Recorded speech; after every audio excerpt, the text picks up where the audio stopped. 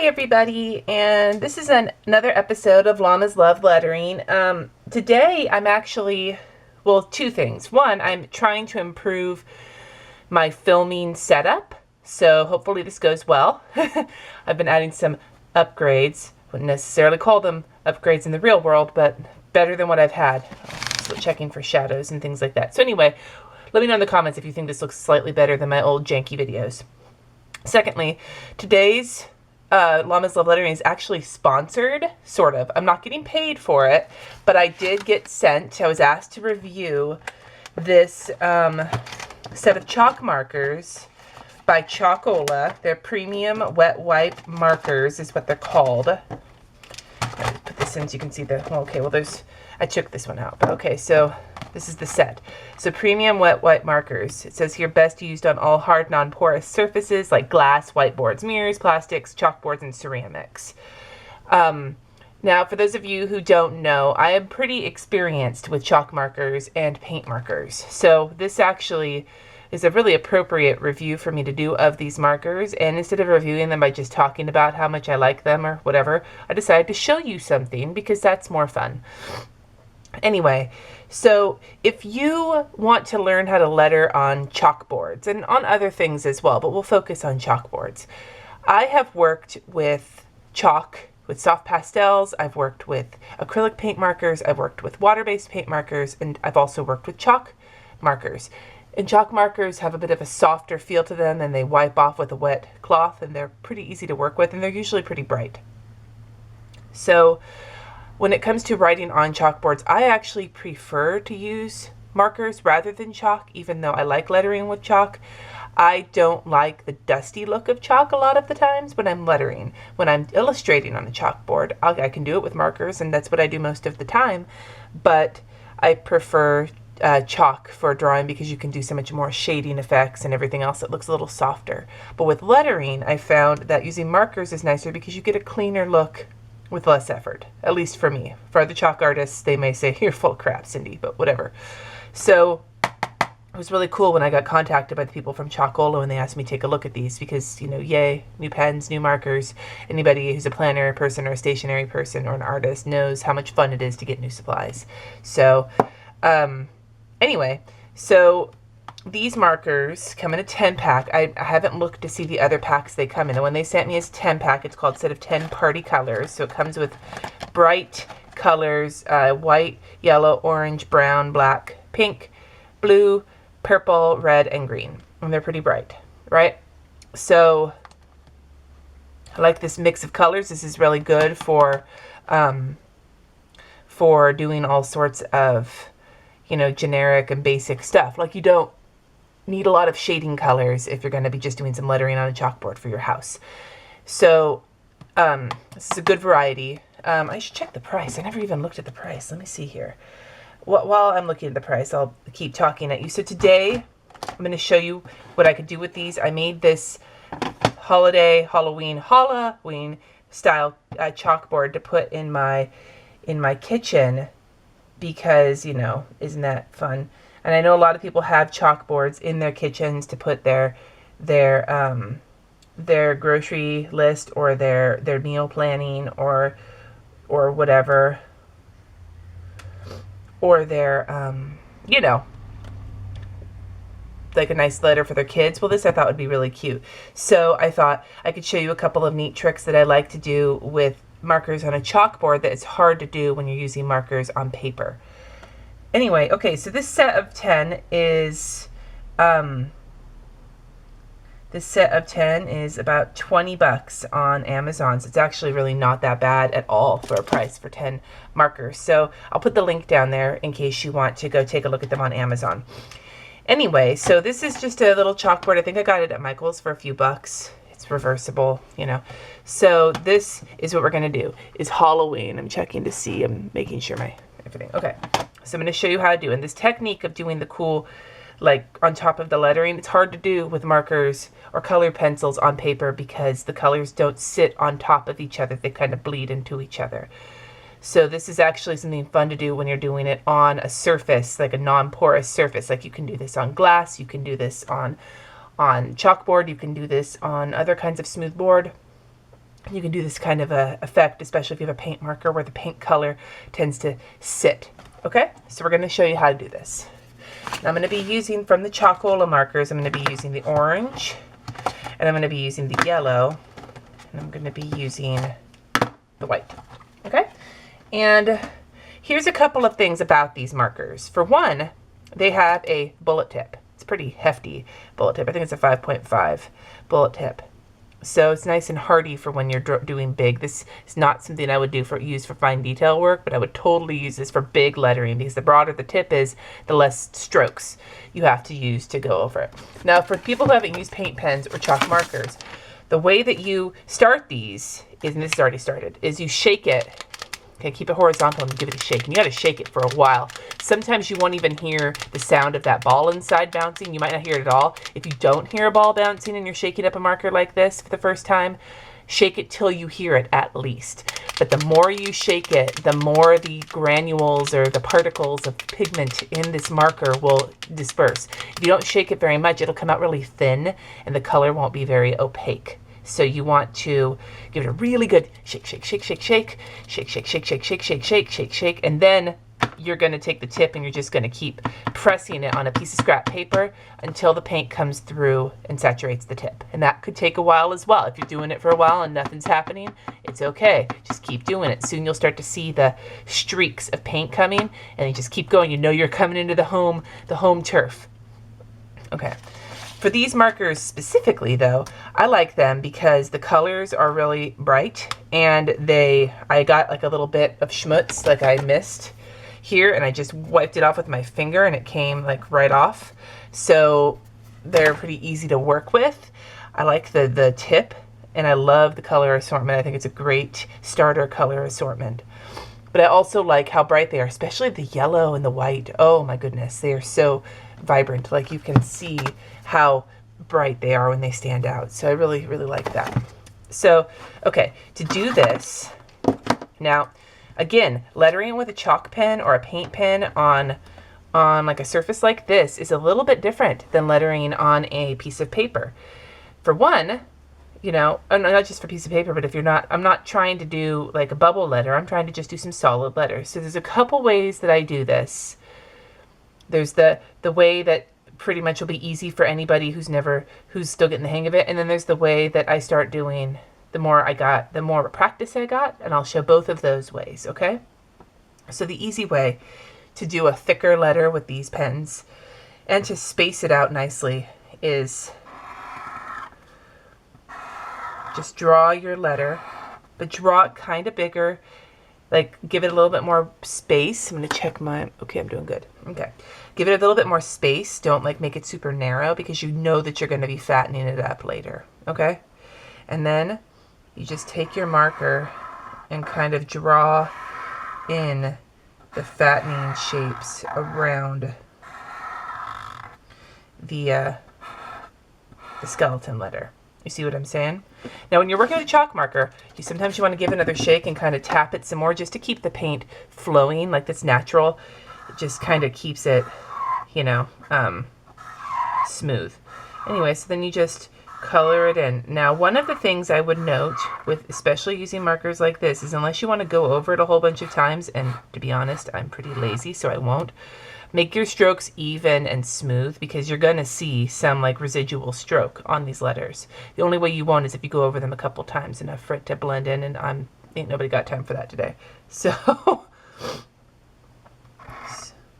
I'm writing holla. Whoops. Okay, well, it's okay. You can see how I fix when I mess up from what I was doing. So, like I said, you just add in the parts that are going to be thick, and then do your nice smooth strokes. Now, this is something that you'll get used to the more you do it.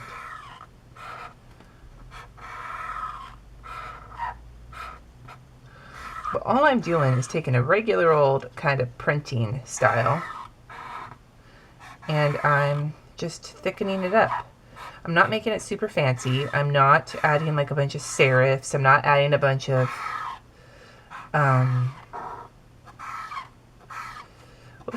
so I'm not showing you the method I had meant to, but whatever, I'll explain this in a second. So yeah, I'm not making this fancy. All I'm doing is taking some regular capitals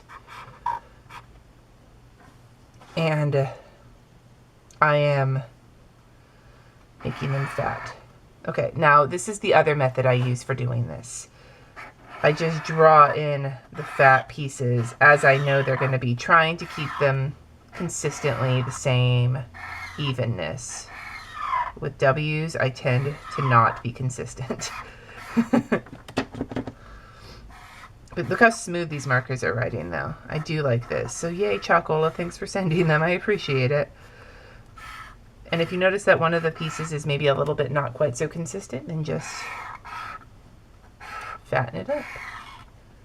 There's no right or wrong, especially if this is going to be in your kitchen. Even if you feel like you're not doing it up to par, somebody's going to walk in who has no interest in being awesome at lettering or writing on chalkboards, and they're going to see what you did and they're going to be like, that's so fancy, how'd you do that? And you're going to be like, oh, it's nowhere near as fancy as I want it to be. But to them, it's super fancy because it's fancier than they can do it because they've never tried.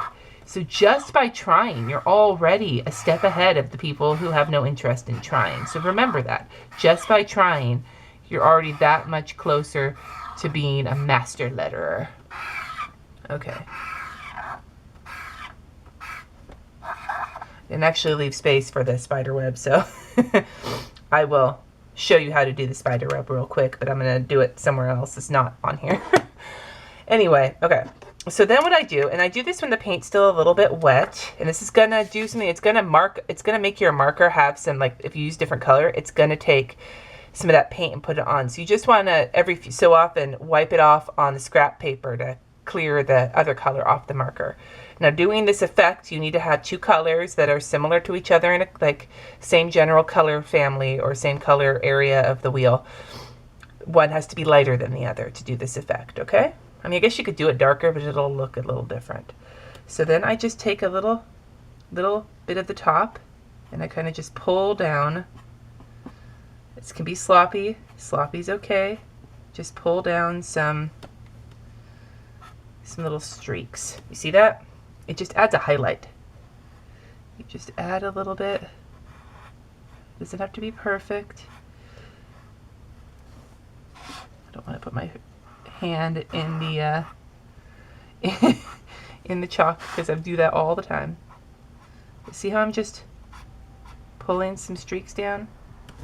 Take a second, get some of that orange off my yellow. Because you can have some of it blended in, but you don't want it to be like turning orange because then what's the point, right? But see? And you can see how it's kind of picking up some of the orange and pulling it off. That's one of the fun things about working on a dark background is that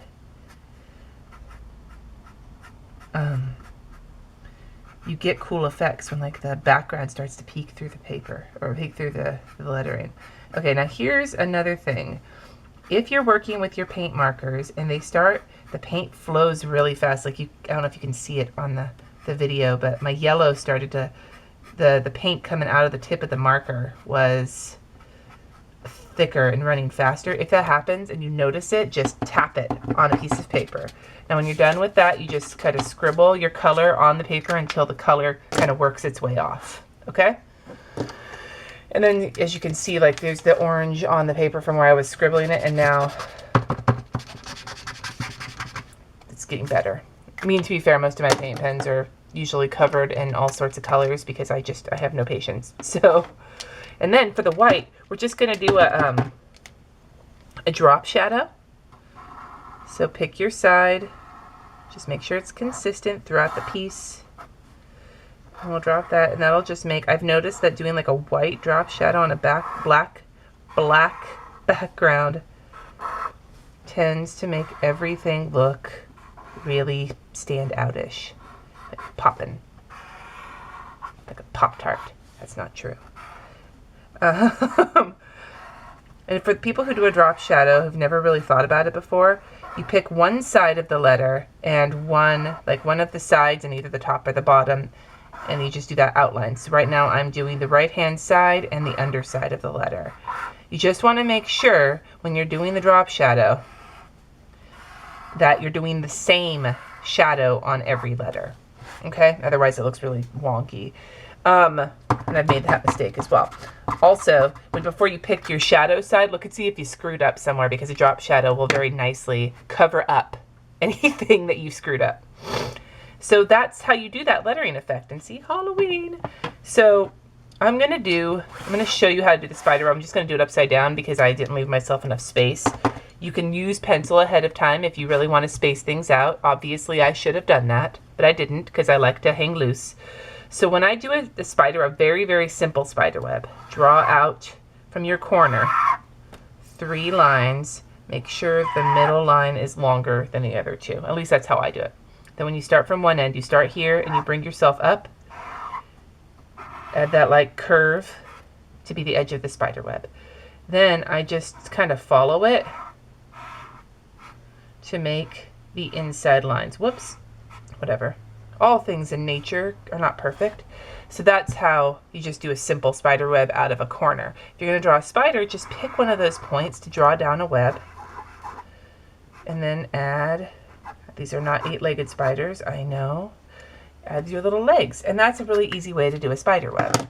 So anyway, so this is the one we just did, but I'll show you the one that looks a little bit better. So that's how you do that lettering effect with chalk markers. You can also do it with other paint pens. Just experiment. Get one of these cheap boards from Michael's or whatever, and I'll try and link these also in the bottom. And experiment. And then you'll have a cool board that you can put up in your kitchen. I would strongly recommend that you invest in some chalk markers in general if you like this kind of lettering on like a little board to put up in your kitchen, because these are so much easier to work with than chalk, especially if you're a beginner. So, and these Chalkola ones are a great price for a mixture of colors. So that could always be a selling point for you. Anyway, I'd like to thank the people at Chalkola for sending these to me. They have a little smiley face. Isn't that cute? I appreciate it. I really like, this is cool. I like reviewing things. It doesn't mean send me all your stuff, but it means I like reviewing things. But also, I really am glad to show you this because I know that even when you're learning to letter, chalk lettering is really scary because working with chalk can be really difficult. Or maybe not difficult, but intimidating. So working with chalk pens or paint pens or whatever could be a really easy way to get the hang of it, to feel comfortable lettering on a board before you get comfortable enough to try with the chalk. And then I'm going to test out the wiping off. See, look at that. It's just a baby wipe. It just comes right off. See? Now, one of the things you will have to look out for, and I've noticed this with every kind of paint pen and chalk pen on chalkboard, is the ghosting that happens. It's an effect where you can still see a shadow of the letters where you wrote. Okay? Now, this happens the most with white, I've noticed, on black. So just give it a good clean. If you have a little bit of ghosting, no big deal. It just adds the